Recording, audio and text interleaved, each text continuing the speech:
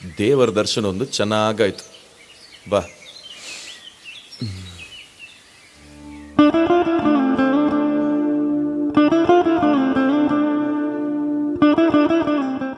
ನಮ್ಮ ಮದ್ವೆಗಿನ್ನು 1 ತಿಂಗಳು ಉಳಿದಿದೆ. ದೇವ್ರ ಹತ್ರ ಏನ್ ಬೇಡ್ಕೊಂಡೆ? ನಮ್ಮ ದೇಶದ ಪ್ರಧಾನಮಂತ್ರಿ ಮೋದಿಜಿ ಅವರು ಮತ್ತೊಮ್ಮೆ ಪ್ರಧಾನಮಂತ್ರಿ ಆಗ್ಲಪ್ಪ ಅಂತ ಬೇಡ್ಕೊಂಡೆ. ಏನು? ನರೇಂದ್ರ ಮೋದಿಜಿ ಬಗ್ಗೆನಾ? ಅಲ್ಲ, ನಮ್ ಬಗ್ಗೆ ಏನು ಕೇಳಿಲ್ಲ. ಅಟ್ಲೀಸ್ಟ್ ನಮ್ಮ ಮನೆಯವ್ರ ಬಗ್ಗೆನೂ ಏನು ಕೇಳಿಲ್ಲ. ಹೋಗಿ ಹೋಗಿ ನರೇಂದ್ರ ಮೋದಿಜಿ ಬಗ್ಗೆ ನೀವು ಕೇಳ್ತಿರಲ್ಲ, ಏನಾಗಿದೆ? 15 ಲಕ್ಷ ಕೊಡ್ತೀನಂತ 5 ವರ್ಷ ಆಗ್ತಾ ಬಂತು. ಯಾವನಿಗಾದ್ರೂ ಒಬ್ನಿಗಾದ್ರೂ 15 ಲಕ್ಷ ರೂಪಾಯಿ ಬಂದಿದ್ಯಾ? ಎಲ್ಲಿದೆ 15 ಲಕ್ಷ ರೂಪಾಯಿ? ಸುಮ್ನೆ ಅವರಿಂದ ಹೋಗ್ಬಿಟ್ಟು ಮೋದಿಜಿ ಮೋದಿಜಿ ಅಂತ ಕಿರಿಸ್ತಾ ಇರ್ತೀರಾ. ಏನ್ ಮೋದಿನೋ ಏನ್ ಮಾಡ್ತಿರೋ ನಿಮ್ಗೆ ಬಿಟ್ಟಿದ್ದು. ನಿಮ್ಗೆ 15 ಲಕ್ಷ ಬಂದಿಲ್ವಾ? ನಮ್ಗೆಲ್ಲ ಬಂದಿದೆ. ಏನು 15 ಲಕ್ಷ ರೂಪಾಯಿನ? ಹಾ, ನಮ್ ದೇಶದ ಪ್ರತಿಯೊಬ್ಬ ಪ್ರಜೆಗೂ ಬಂದಿದೆ. ಏನ್ ಮಾತಾಡ್ತಿದ್ಯಾ? ಹುಚ್ಕಿಚ್ಚನ್ ಅಂತ ಹಿಡ್ದಿದ್ಯಾ? ಅಲ್ಲ, 15 ಲಕ್ಷ ರೂಪಾಯಿ ಯಾವಾಗ ಬಂದಿದ್ದು, ಯಾರಿಗ್ ಬಂದಿದ್ದು, ಅಲ್ಲಿ ಏನ್ ಮಾತಾಡ್ತಿದ್ಯಾ? ನಮ್ಮನೇಲಿ ಪ್ರತಿಯೊಬ್ಬ ಸದಸ್ಯನಿಗೂ 15 ಲಕ್ಷ ರೂಪಾಯಿ ಬಂದಿದೆ. ಆರೋಗ್ಯ ವಿಮೆ ಆಯುಷ್ಮಾನ್ ಯೋಜನೆ ಅಡಿಯಲ್ಲಿ 5 ಲಕ್ಷ ರೂಪಾಯಿ ವಿಮೆ ಕೊಟ್ಟಿದ್ದಾರೆ. ನಿಂಗ್ ಬಂದಿಲ್ವಾ? ಮನೆ ಕಟ್ಲು ಆವಾಸ್ ಯೋಜನೆ ಅಡಿಯಲ್ಲಿ 3 ಲಕ್ಷದಿಂದ 15 ಲಕ್ಷದವರೆಗೆ ಅತಿ ಕಡಿಮೆ ಬಡ್ಡಿಯೊಂದಿಗೆ ಸಬ್ಸಿಡಿ ಸಹಿತ ಹಣ ಕೊಡ್ತಾ ಇದ್ದಾರೆ. ಇದು ನಿಂಗ್ ಬಂದಿಲ್ವಾ? ನನ್ ತಾಯಿಗೆ ಹುಷಾರಿಲ್ಲ ಅಂತ ನಿಂಗೂ ಗೊತ್ತಿದೆ ತಾನೆ.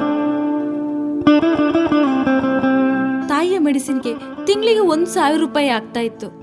ಆದ್ರೆ ಈಗ ಪ್ರಧಾನಮಂತ್ರಿ ಅವರ ಜನೌಷಧಿ ಕೇಂದ್ರದಲ್ಲಿ 250 ರೂಪಾಯಿಗೆ ಸಿಗ್ತಾ ಇದೆ. ತಿಂಗಳಿಗೆ 750 ರೂಪಾಯಿ ಉಳಿತಾಯ ಮಾಡ್ತಾ ಇದ್ದೇವೆ. ಈ ವಿಷಯನೂ ನಿಂಗೆ ಗೊತ್ತಿಲ್ವಾ?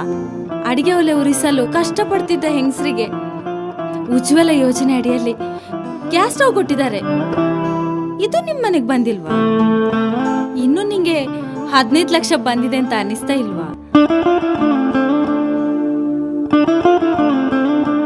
ಇನ್ನು ನಿಂಗೆ ಅರ್ಥ ಆಗಿಲ್ಲ ಅಂತಂದ್ರೆ ಚವಣಿರ್ಬೇದ್ರ ಸಂಘಟನೆ ಸೇರ್ಕೋ, ಎಲ್ಲ ಅರ್ಥ ಆಗುತ್ತೆ.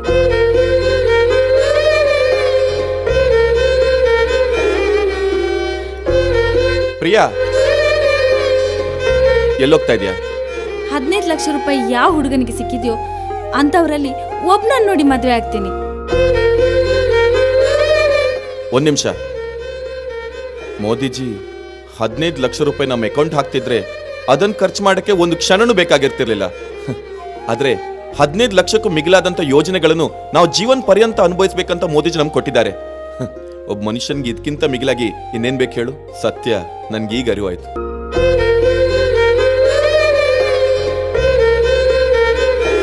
ಇನ್ಯಾಕ್ ತಡ?